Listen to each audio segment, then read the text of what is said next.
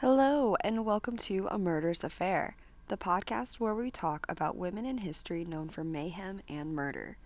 My name is Gabrielle, and if you haven't noticed by the vast amounts of red and hearts and everything pink in every store everywhere, Valentine's Day is this week.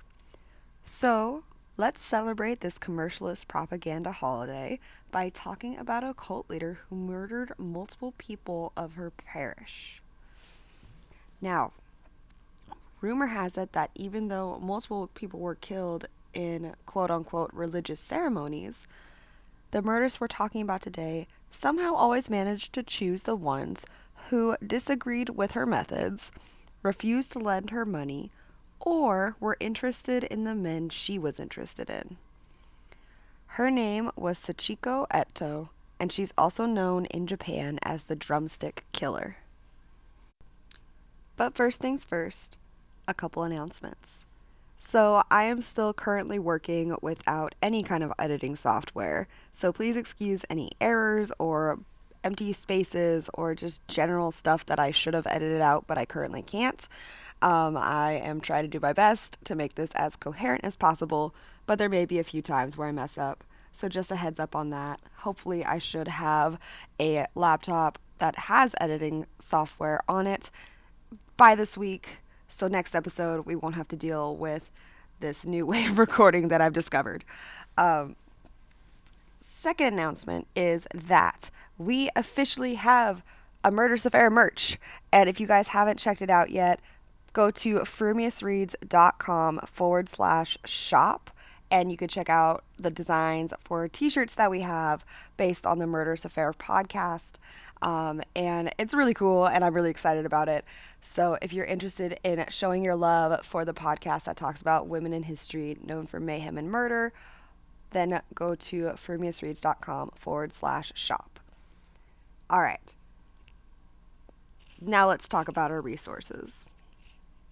This episode was a little hard to find information for, mostly because a lot of the articles I came across were in Japanese, which obviously makes sense as these murders took place in Japan. But it means that any articles that were in English were basically Google translated. And obviously, anytime you translate languages through like those online free third-party translators, you lose some info or it doesn't come across the same way. So I tried my best to make sense of what I got and use some of the English-based articles I was able to find to supplement the information. But I got some resources from the www.japansubculture.com website, which has an article on Sachiko Eto, as well as express.com, the UK News World site. Japan Times had a translated to English article, as well as the japansociety.org page, which talked a little bit about the punishment that Sachiko Eto ended up receiving. So, if you're interested, check out any of those sites and you can find out more information about her there. But let's get started. Sachiko was born roughly in 1947.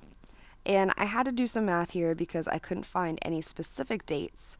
So I took her, spoilers, execution date in 2012 and subtracted her age at the time of death, which was 65, and ended up with 1947.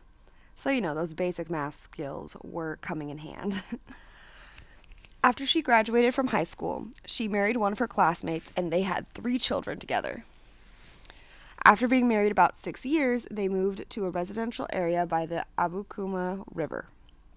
She worked as a cosmetic sales clerk, and her husband worked as a painter, until he suffered from a back injury. He ended up quitting his job soon after that and began gambling. And this didn't end well because the family ended up falling into debt and they had to sell their brand new house. So after selling this new house, they moved to a new town. And then in 1992, her husband, quote unquote, disappeared. It doesn't really give much context to that, but it's later speculated in articles that he was never heard from again and that it's thought that she had something to do with his disappearance, but they were never able to confirm anything.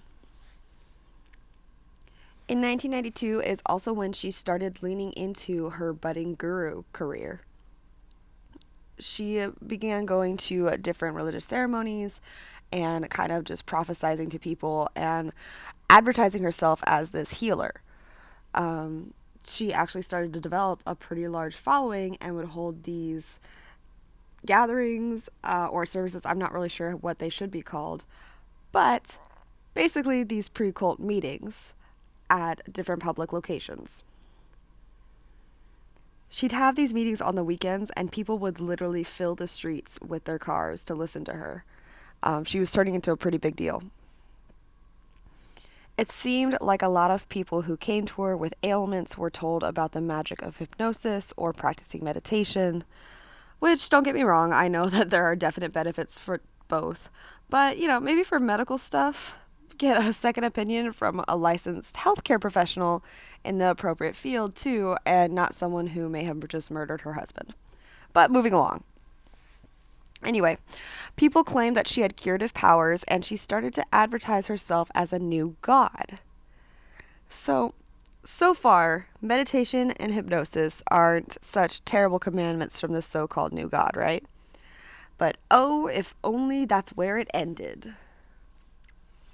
Now, for the more extreme cases, like changing negative behavior or addressing impurities, or that classic fear of demon possession, there was a more drastic treatment prescribed. Severe beatings carried out with what were basically drumsticks called the taiko, in order to dispel these behaviors, which were described as just being demons. It was all demons. Demons were everywhere all the time, and anyone who came in had any kind of like negative behavior or fits or anything was assumed to have some sort of demon possession. So, for some reason, Eto's influence continued to grow, and she moved onto a property with several of her followers. Now, when she did this, more and more ceremonies began to be conducted with the assistance of one of Eto's daughters, who was 30 years old, and another accomplice. People would show up to this house, and they would go in for this prescribed treatment, which was basically beating with the drumsticks. One ceremony took place when Eto suspected a woman of trying to steal her lover. She began accusing this woman of displaying more and more demon-like behavior, and eventually this woman was beaten to death during one of these ceremonies. Another victim of Eto's was a man who refused to give her a loan.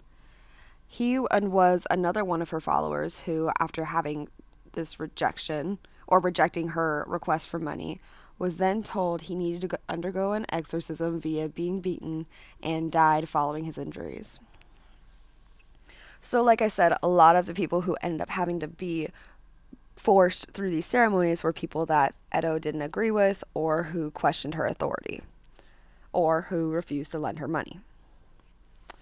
Everything came to a head when the father of one of the cult members called the police and filed a missing persons report on his son and his family.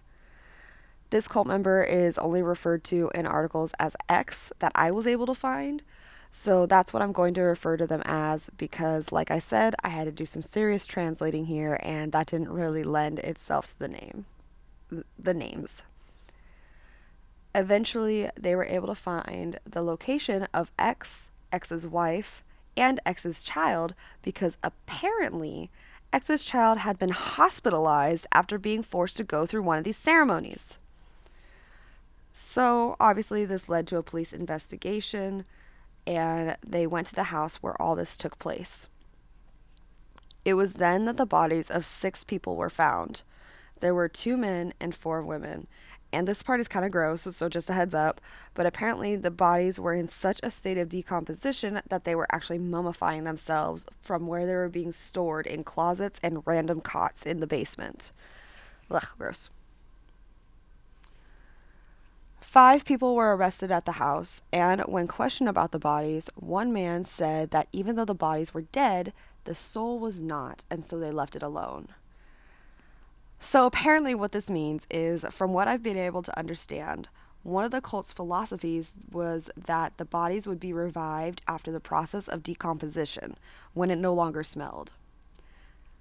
And I was trying to make sense of that, but that's the closest I can get to it. Um, so I guess that's a belief that this cult was a part of. Unfortunately, I couldn't find the names of the victims in any of the articles that I found, but I was able to find ages and descriptions. So, found in the house of one Sachiko Eto were a wife of one of the cult members, a 56-year-old man, a 48-year-old woman, Eto's daughter at 19 years old, a 43-year-old man, another 56-year-old man who used to work in the city, and a 27-year-old former clerk from the city who had apparently gone missing in May and was described as his family as having lost his way.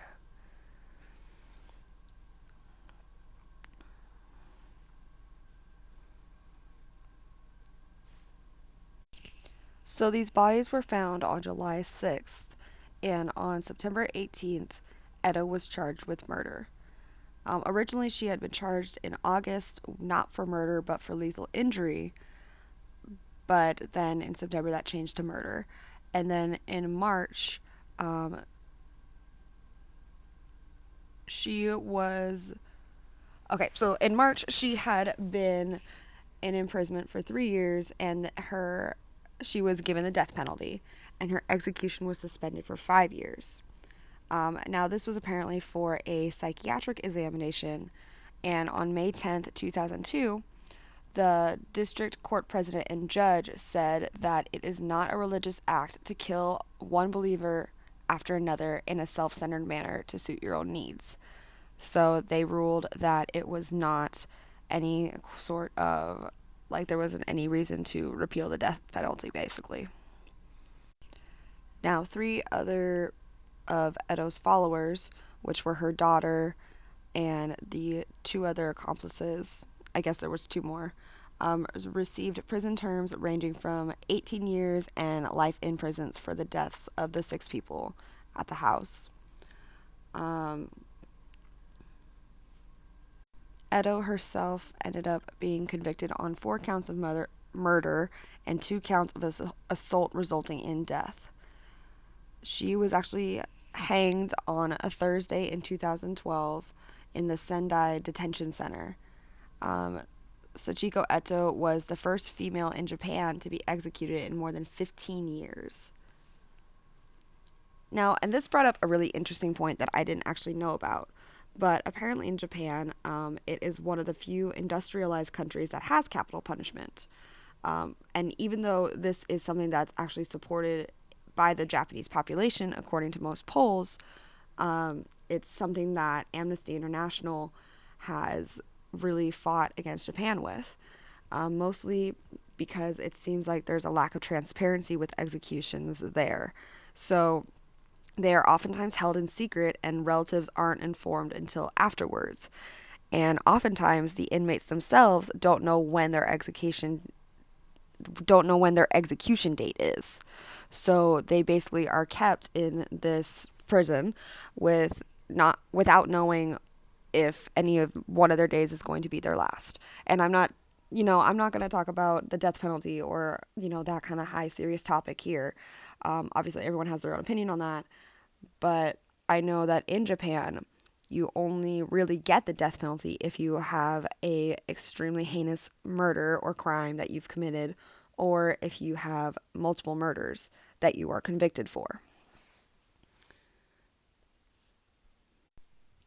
Executions in Japan are by hanging, and um, they are usually, like, prisoners are given notice, sometimes within a few hours, or some are given no warning at all until they step into the execution chamber. And that is the absolute whirlwind of a story of Sachiko Eto, the Drumstick Killer, and the Japanese cult leader. Um, so, as actually one more interesting fact, she was actually only the fourth woman to ever be executed in Japan from the year 1950. So, That's another interesting fun fact. I hope you guys enjoyed this episode. I would love to know your opinions on it. Once again, thank you for bearing through all my pauses and misspoken words that I've said. I'm really looking forward to getting editing software again so you guys don't have to hear all that. But I would really love to know what you thought of this episode. Please let me know. You can reach out to me at FrumiousReads on social media. So I am at FrumiousReads on Twitter, Instagram, Tumblr, and YouTube. Um, or you can check out the podcast homepage at frumiousreads.com/a-murderous-affair, where I post all podcast episodes and just kind of general updates on what's going on with the podcast. Make sure you subscribe to the podcast on Apple, Podbean, Libsyn, or wherever you listen to podcasts. We're basically everywhere. And stay up to date on when we post new episodes. But that is all I have for you today. Thank you so much for listening. Stay spooky, friends, and I'll talk to you next week. Goodbye.